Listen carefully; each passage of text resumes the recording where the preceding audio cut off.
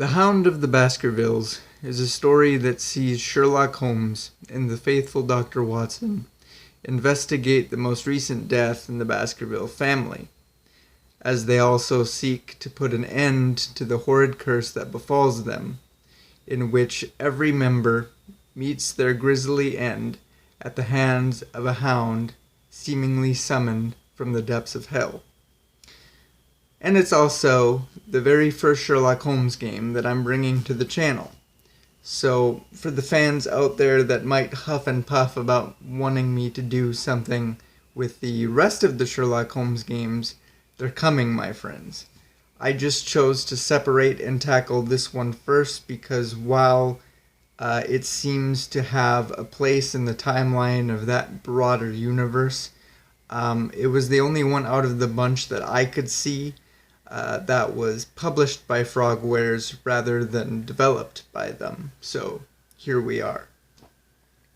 So gameplay-wise, this is a point-and-click hidden object puzzle game. And I really wasn't expecting very much out of it. In fact, because of that, I kind of assumed that it was going to end up boring my mom at some point along the way. So I wasn't 100% sure that we were even going to make it through it.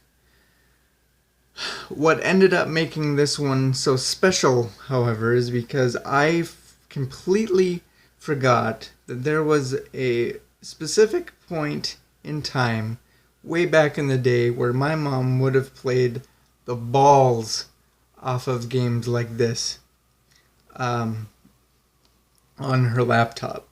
It was the original Zoo Tycoon, Diner Dash type games, and games exactly like this. So it was extremely fun to be able to experience this together and to go back to that point in her life, that point in my childhood, and experience it together.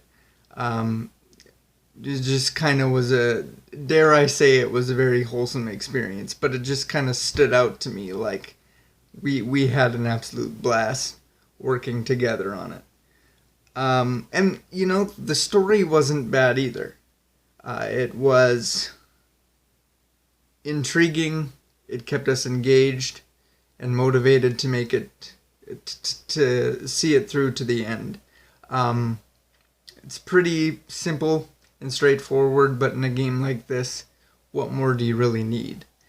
The only gripe that I found myself having with it is that it doesn't seem to have a very clear-cut, black and white reason for the Hound existing there. There is a point in the plot where it mentions that there is a member of the Baskerville family from higher up the family tree who was pretty much a lunatic who murdered his wife, which is depicted in the opening cutscene of the game. So, you know, Sherlock kind of thinks about things and deduces things, and he says, you know, could it be possible that, you know, as his wife is clinging to life at that point with her dying breath, could she have done some sort of ritual type thing and summoned the Hound and cursed the rest of your family in anger?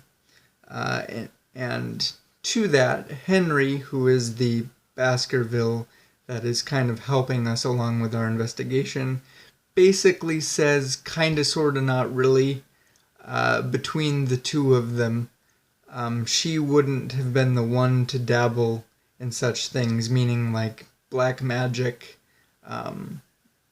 that sort of things. And it doesn't really, at least to my memory, mention it again. It doesn't really commit to anything. I think as a player, just because it is that the event of this woman's murder is depicted in the opening cutscene, and that's the first instance where we see the Hound. I think that plot is sort of implied, so that's kind of what I'm choosing to go with and believe, because that's what would make the most sense to me, but I'm not 100% sure. But there again, I think that's probably sort of a minor gripe, because I suppose in a game like this, with everything that, it gives you, it's probably much less about, the lore behind the hows and whys does this curse exist, and much more about just putting a stop to it, finding a way to kill the Hound and save the day, which they do, but I kind of question whether or not it's a happy ending, because yes, they do kill the Hound, put an end to the curse, and save Henry Baskerville from the same fate as everybody else. But I think they kind of do it a little bit too late. They do it, but not before the rest of the Baskervilles are brutally massacred in this estate. So yes, he gets his happy ending. Yes, he gets his life, but he is essentially the last one. So is it a happy ending? I don't really know. He seems happy about it, so I guess, just take that for what it's worth. But that's going to wrap this one up, guys. That's my review of Sherlock Holmes and the Hound of the Baskervilles.